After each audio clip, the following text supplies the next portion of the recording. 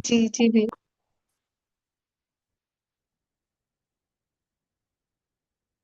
गणेशाय नमः। गुरुर्ब्रह्मा गुरुर्विष्णु गुरुर्देवो महेश्वर गुरुर्साक्षात् परब्रह्म तस्मै श्री गुरुवे नमः। त्वमेव माता च पिता त्वमेव त्वमेव बन्धु च सखा त्वमेव त्वमेव विद्या द्रविणं त्वमेव त्वमेव सर्वं मम देव देव। श्री परमात्मने नमः। यहाँ से श्री पद्म पुराण का पाताल खंड प्रारंभ होता है। पाताल खंड का प्रथम अध्याय श्री शेष जी का वात्सायन मुनि से रामाश्वमेध की कथा आरंभ करना। श्री रामचंद्र जी का लंका से अयोध्या के लिए विदा होने का वर्णन इस खंड में मतलब इस अध्याय में किया गया है।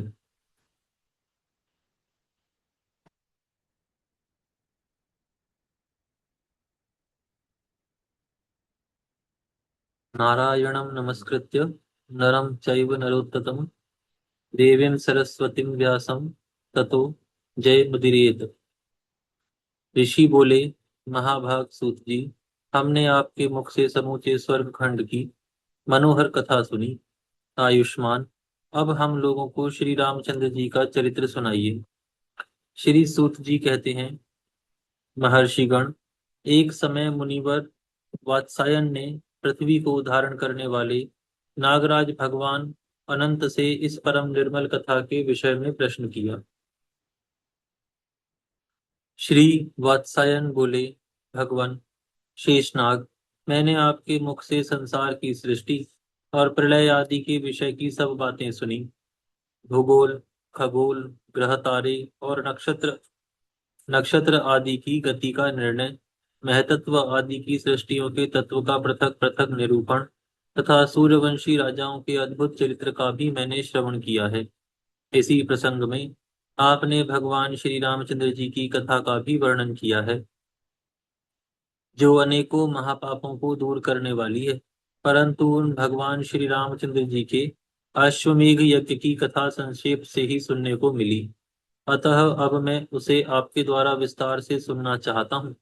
यह वही कथा है जो कहने, सुनने तथा स्मरण करने से बड़े बड़े पातकों को भी नष्ट कर डालती है। इतना ही नहीं, वह मनोवांछित वस्तु को देने वाली तथा भक्तों के चित्त को प्रसन्न करने वाली है। भगवान शेष ने कहा, ब्राह्मण, आप ब्राह्मण कुल में श्रेष्ठ एवं धन्यवाद के पात्र हैं, क्योंकि आपको ऐसी बुद्धि प्राप्त हुई है जो श्री रामचंद्र जी के युगल चरणार बिंदों का मकरंद पान करने के लिए लोलुप रहती है। सभी ऋषि महर्षि साधु पुरुषों के समागम को श्रेष्ठ बतलाते हैं। इसका कारण यही है कि सत्संग होने पर श्री रघुनाथ जी की उस कथा के लिए अवसर मिलता है, जो समस्त पापों का नाश करने वाली है। देवता और असुर प्रणाम करते समय अपने मुकुटों की मणियों से जिनके चरणों की आरती उतारते हैं, उन्हीं भगवान श्री राम का स्मरण कराकर आपने मुझ पर बहुत बड़ा अनुग्रह किया है। जहाँ ब्रह्म आदि देवता भी मोहित होकर कुछ नहीं जान पाते, उन्हीं श्री रघुनाथ जी की कथा रूपी महासागर की था लगाने के लिए मेरे जैसे मशक समान तुच्छ जीव की कितनी शक्ति है। तथापि मैं अपनी शक्ति के अनुसार आपसे श्री राम कथा का वर्णन करूंगा, क्योंकि ये अत्यंत विस्तृत आकाश में भी पक्षी अपनी गमन शक्ति के अनुसार उड़ते ही हैं। श्री रघुनाथ जी का चरित्र करोड़ों श्लोकों में वर्णित है। जिनकी जैसी बुद्धि होती है, वे वैसा ही उसका वर्णन करते हैं। जैसे अग्नि के संपर्क से सोना शुद्ध होता है, उसी प्रकार श्री रघुनाथ जी की उत्तम कीर्ति मेरी बुद्धि को भी निर्मल बना देगी। श्री सूत जी कहते हैं, महर्षियों, मुनिवर वात्सायन ने यों कहकर भगवान शेष सॉरी मुनिवर वात्सायन से ऐसा कहकर भगवान शेष ने ध्यानस्थ हो अपनी आंखें बंद कर ली और ज्ञान दृष्टि के द्वारा उस लोकोत्तर कल्याणमयी कथा का अवलोकन किया। फिर वो अत्यंत हर्ष के कारण उनके शरीर में रोमांच हो आया और वे गदगद वाणी से युक्त होकर दशरथ नंदन श्री रघुनाथ जी की विशद कथा का वर्णन करने लगे। भगवान शेष बोले, वात्सायन जी, देवता और दानवों को दुख देने वाले लंकापति रावण के मारे जाने पर इंद्र आदि संपूर्ण देवताओं को बड़ा सुख मिला। वे आनंद मग्न होकर दास की भांति भगवान के चरणों में पड़ गए और उनकी स्तुति करने लगे। तत्पश्चात श्री रामचंद्र जी धर्मात्मा विभीषण को लंका के राज्य पर स्थापित करके सीता जी के साथ पुष्पक विमान पर आरूढ़ हुए। उनके साथ लक्ष्मण, सुग्रीव और हनुमान जी आदि भी विमान पर जा बैठे। उस समय भगवान के विरह के भय से विभीषण के मन में भी साथ जाने की उत्कंठा हुई और उन्होंने अपने मंत्रियों के साथ श्री रघुनाथ जी का अनुसरण किया। इसके बाद लंका और अशोक वाटिका पर दृष्टि डालते हुए भगवान श्री राम तुरंत ही अयोध्यापुरी की ओर प्रस्थित हुए। साथ ही ब्रह्म आदि देवता भी अपने अपने विमानों पर बैठकर यात्रा करने लगे। उस समय भगवान श्री राम कानों को सुख पहुंचाने वाली देव दुंदुभियों की मधुर ध्वनि सुनते तथा मार्ग में सीता जी को अनेकों आश्रमों से युक्त तीर्थों, मुनियों, मुनिपुत्रों तथा पतिव्रता मुनि पत्नियों का दर्शन कराते हुए चल रहे थे। परम बुद्धिमान श्री रघुनाथ जी ने पहले लक्ष्मण जी के साथ जिन जिन स्थानों पर निवास किया था वे सभी सीता जी को दिखाए। इस प्रकार उन्हें मार्ग के स्थानों का दर्शन कराते हुए श्री रामचंद्र जी ने अपनी पूरी अयोध्या को देखा। फिर उसके निकट नंदी ग्राम पर दृष्टिपात किया, जहाँ भाई के वियोग जनित अनेकों दुखमयी चिन्हों को धारण करके धर्म का पालन करते हुए राजा भरत निवास कर रहे थे। उन दिनों वे जमीन में गड्ढा खोदकर उसी में सोया करते थे। ब्रह्मचर्य के पालन पूर्वक मस्तक पर जटा और शरीर में वल्कल वस्त्र धारण किए रहते थे। उनका शरीर अत्यंत दुर्बल हो गया था। वे निरंतर श्री रामचंद्र जी की चर्चा करते हुए दुख से आतुर रहते थे। अन्न के नाम पर तो वे जौ भी नहीं ग्रहण करते थे तथा पानी भी बारंबार नहीं पीते थे। जब सूर्य देव का उदय होता तब वे उन्हें प्रणाम करके कहते, जगत को नेत्र प्रदान करने वाले भगवान सूर्य, आप देवताओं के स्वामी हैं। मेरे महान पाप को हर लीजिए। हाय, मुझसे बढ़कर पापी कौन होगा। मेरे ही कारण जगत पूज्य श्री रामचंद्र जी को भी वन में जाना पड़ा। सुकुमार शरीर वाली सीता से सेवित होकर वे इस समय वन में रहते हैं। अहो, जो सीता फूल की शैया पर पुष्पों की दंडल के स्पर्श से भी व्याकुल हो उठती थी और जो कभी सूर्य देव की धूप में घर से बाहर नहीं निकलती, वे ही पतिव्रता जनक किशोरी आज मेरे कारण जंगलों में भटक रही हैं। जिनके ऊपर कभी राजाओं की भी दृष्टि नहीं पड़ी थी, उन्हीं सीता जी को आज किरात लोग प्रत्यक्ष देखते हैं।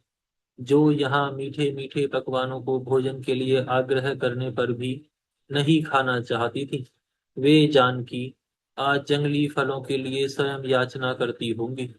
इस प्रकार श्री राम के प्रति भक्ति रखने वाले महाराज भरत प्रतिदिन प्रातः काल सूर्योपस्थान के पश्चात उपर्युक्त बातें कहा करते थे। उनके दुख सुख में समान रूप से हाथ बटाने वाले शास्त्र चतुर, नीतिज्ञ और विद्वान मंत्री जब भरत जी को सांत्वना देते हुए कुछ कहते, तब वे उन्हें इस प्रकार उत्तर देते थे, अमात्यगण, मुझ भाग्यहीन से आप लोग क्यों बातचीत करते हैं। मैं संसार के सब लोगों से अधम हूँ, क्योंकि मेरे ही कारण मेरे बड़े भाई श्री राम आज वन में जाकर कष्ट उठा रहे हैं। मुझ अभागे के लिए अपने पापों के प्रायश्चित करने का यह अवसर प्राप्त हुआ है। अतः मैं श्री रामचंद्र जी के चरणों का निरंतर आदर पूर्वक स्मरण करते हुए अपने दोषों का मार्जन करूंगा। इस जगत में माता सुमित्रा भी धन्य है। वे ही अपने पति से प्रेम करने वाली तथा वीर पुत्र की जननी है, जिनके पुत्र लक्ष्मण सदा श्री रामचंद्र जी के चरणों की सेवा में रहते हैं। इस प्रकार भातृवत्सल भरत जहाँ रहकर उच्च स्वर से विलाप किया करते थे, उस नंदीग्राम को भगवान श्री राम ने देखा। यहाँ पर यह अध्याय पूर्ण होता है। यहाँ से अगला अध्याय प्रारंभ होता है। इस अध्याय में भरत जी से मिलकर भगवान श्री राम का अयोध्या के निकट आगमन का वर्णन किया गया है। श्री शेष जी कहते हैं, मुने, नंदीग्राम पर दृष्टि पड़ते ही श्री रघुनाथ जी का चित्त भरत को देखने की उत्कंठा से विहल हो गया। उन्हें धर्मात्माओं में अग्रगण्य भाई भरत की बारंबार याद आने लगी। तब वे महाबली वायुनंदन हनुमान जी से बोले, वीर, तुम मेरे भाई के पास जाओ। उनका शरीर मेरे वियोग से क्षीण होकर छड़ी के समान दुबला पतला हो गया है और वे उसे किसी प्रकार हठपूर्वक धारण किए हुए हैं। जो वल्कल पहनते हैं, मस्तक पर जटा धारण करते हैं, जिनकी दृष्टि में पराई स्त्री माता और स्वर्ण मिट्टी के ढेले के समान है, तथा जो प्रजाजनों को अपने पुत्रों की भांति स्नेह दृष्टि से देखते हैं, वे मेरे धर्मज्ञ भ्राता भरत दुखी हैं। उनका शरीर मेरे वियोग जनित दुख रूप अग्नि की ज्वाला में दग्ध हो रहा है। अतः इस समय तुम तुरंत जाकर मेरे आगमन के संदेश रूपी जल की वर्षा से उन्हें शांत करो। उन्हें यह समाचार सुनाओ कि सीता, लक्ष्मण, सुग्रीव आदि कपीश्वरों तथा विभीषण सहित राक्षसों को साथ ले तुम्हारे भाई श्री राम पुष्पक विमान पर बैठकर सुखपूर्वक आ पहुंचे हैं। इससे मेरा आगमन जानकर मेरे छोटे भाई भरत शीघ्र ही प्रसन्न हो जाएंगे। परम बुद्धिमान श्री रघुवीर के ये वचन सुनकर हनुमान जी उनकी आज्ञा का पालन करते हुए भरत जी के निवास स्थान नंदीग्राम को गए। वहां पहुंचकर उन्होंने देखा, भरत जी बूढ़े मंत्रियों के साथ बैठे हैं और अपने पूज्य भ्राता के वियोग से अत्यंत दुर्बल हो गए हैं। उस समय उनका मन श्री रघुनाथ जी के चरणारविंदों के मकरंद में डूबा हुआ था और वे अपने वृद्ध मंत्रियों से उन्हीं की कथा वार्ता कह रहे थे। वे ऐसे जान पड़ते थे मानो धर्म के मूर्तिमान स्वरूप हों, अथवा विधाता ने मानो संपूर्ण सत्व गुण को एकत्रित करके उसी के द्वारा उनका निर्माण किया हो। भरत जी को इस रूप में देखकर हनुमान जी ने उन्हें प्रणाम किया तथा भरत जी भी उन्हें देखते ही तुरंत हाथ जोड़कर खड़े हो गए और बोले, आइए, आपका स्वागत है। श्री रामचंद्र जी की कुशल कहिए। वे इस प्रकार कह ही रहे थे कि इतने में उनकी दाहिनी बांह फड़क उठी। हृदय से शोक विकल निकल गया और उनके मुख पर आनंद के आंसुओं की धारा बह चली। उनकी ऐसी अवस्था देख वानराज हनुमान ने कहा, लक्ष्मण सहित श्री रामचंद्र जी इस ग्राम के निकट आ गए हैं। श्री रघुनाथ जी के आगमन के संदेश ने भरत जी के शरीर पर मानो अमृत छिड़क दिया। वे हर्ष में भरकर बोले, श्री राम का संदेश लाने वाले हनुमान जी, मेरे पास ऐसी कोई वस्तु नहीं है जिसे यह प्रिय समाचार सुनाने के बदले मैं आपको दे सकूं। इस उपकार के कारण मैं जीवन भर आपका दास बना रहूंगा। महर्षि वशिष्ठ तथा वृद्ध मंत्री भी अत्यंत हर्ष हर्ष में भरकर अर्घ्य हाथ में लिए हनुमान जी के दिखाए हुए मार्ग से श्री रामचंद्र जी के पास चल दिए।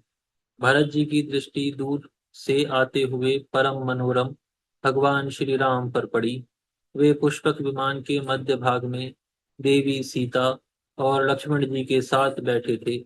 श्री रामचंद्र जी ने भी जटा, वल्कल और कौपीन धारण किए हुए भरत जी को पैदल ही आते देखा। साथ ही उनकी दृष्टि उन मंत्रियों पर भी पड़ी जिन्होंने भाई के वेश के समान ही वेश धारण कर रखा था। उनके मस्तक पर भी जटा थी तथा वे भी निरंतर तपस्या से क्लेश उठाने के कारण अत्यंत दुर्बल हो गए थे। राजा भरत को इस अवस्था में देखकर श्री रघुनाथ जी को बड़ी चिंता हुई। वे कहने लगे, अहो, राजाओं के भी राजा महाबुद्धिमान महाराज दशरथ के यह पुत्र आज जटा और वल्कल आदि तपस्वी का वेश धारण किए पैदल ही मेरे पास आ रहे हैं। मित्रों, मैं वन में गया था, किंतु मुझे भी ऐसा दुख नहीं उठाना पड़ा जैसा कि मेरे वियोग के कारण भरत जी को भोगना पड़ रहा है। अहो, देखो तो सही, प्राणों से भी बढ़कर प्यारे और हितैषी मेरे भाई भरत मुझे निकट आया सुनकर हर्ष में भरे हुए वृद्ध मंत्रियों तथा महर्षि वशिष्ठ जी को साथ लेकर मुझसे मिलने के लिए आ रहे हैं। इस प्रकार भगवान श्री राम आकाश में स्थित पुष्पक विमान से उपर्युक्त बातें कह रहे थे और विवेक्षण हनुमान जी तथा लक्ष्मण जी उनके प्रति आदर का भाव प्रकट कर रहे थे।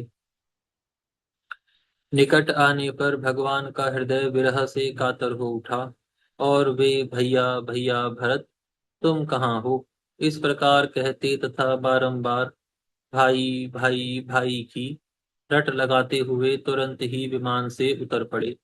सहायकों सहित श्री रामचंद्र जी को भूमि पर उतरता देख भरत जी हर्ष के आंसू बहाते हुए उनके सामने दंड की भांति धरती पर पड़ गए। श्री रघुनाथ जी ने भी उन्हें दंड की भांति पृथ्वी पर पड़ा देख हर्षपूर्ण दृष्टि से देखते हुए अपनी दोनों भुजाओं से उठाकर छाती से लगा लिया। आरंभ में श्री रामचंद्र जी के बारंबार उठाने पर भी भरत जी उठे नहीं, अपितु अपने दोनों हाथों से भगवान के चरण पकड़कर फूट फूट कर रोते रहे।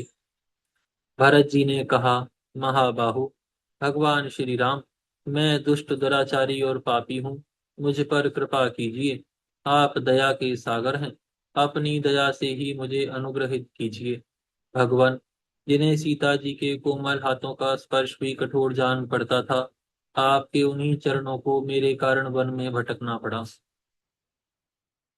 ऐसा कहकर भरत जी ने दीन भाव से आंसू बहाते हुए बारंबार श्री रघुनाथ जी के चरणों का आलिंगन किया और हर्ष से विहल होकर उनके सामने हाथ जोड़े खड़े हो गए।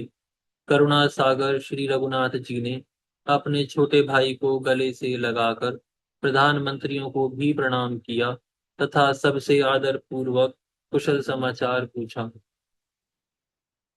इसके बाद भाई भरत के साथ वे पुष्पक विमान पर जा बैठे। वहां भरत जी ने अपनी भातृपत्नी पतिव्रता सीता जी को देखा, जो अत्रि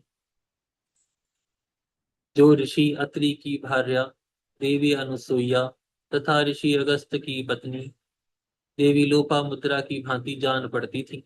पतिव्रता जनक किशोरी का दर्शन करके भरत जी ने उन्हें सम्मान पूर्वक प्रणाम किया और कहा, माँ, मैं महामूर्ख हूँ। मेरे द्वारा जो अपराध हो गया है उसे क्षमा करना, क्योंकि आप जैसी पतिव्रताएं सबका भला करने वाली ही होती हैं। परम सौभाग्यवती जनक किशोरी ने भी अपने देवर भरत जी की ओर आदर पूर्ण दृष्टि डालकर उन्हें आशीर्वाद दिया तथा उनका कुशल मंगल पूछा। उस श्रेष्ठ विमान पर आरूढ़ होकर सब के सब आकाश में आ गए। फिर एक ही क्षण में श्री रामचंद्र जी ने देखा कि पिता की राजधानी अयोध्या अब बिल्कुल अपने निकट है। यहाँ पर यह अध्याय पूर्ण होता है। आज हम यहाँ विराम करते हैं, फिर कल से प्रारंभ करेंगे। हे गौ माता, आप सभी देवी देवताओं की माता, सभी पुण्य का पुण्य, सभी तीर्थों का तीर्थ हैं। हम सभी आपको दंडवत प्रणाम करते हैं। आपकी कृपा सदैव हमारे ऊपर बनी रहे। आज के पवित्र दिन श्री शिवरात्रि के दिन पर आज के पाठ का पुण्य फल हम परम पूजनीय भगवान शंकर के निवास स्थान श्री कैलाश पर्वत को समर्पित करते हुए प्रभु श्री से वहां की पवित्रता बनाए रखने की कामना करते हैं। धर्म की जय हो, जय। अधर्म का नाश हो, प्राणियों में सद्भावना हो, विश्व का कल्याण हो। प्यार हो। गौ माता, राष्ट्र माता, राष्ट्र माता गौ हत्या बंद हो। बंद हो। श्री पद्म पुराण की जय हो। जय हो। आज के आनंद की जय हो। जय हो। गंगा मैया की जय हो। जय हो। नमः श्री पार्वती पते हर हर महादेव। जय जय श्री राधे श्याम।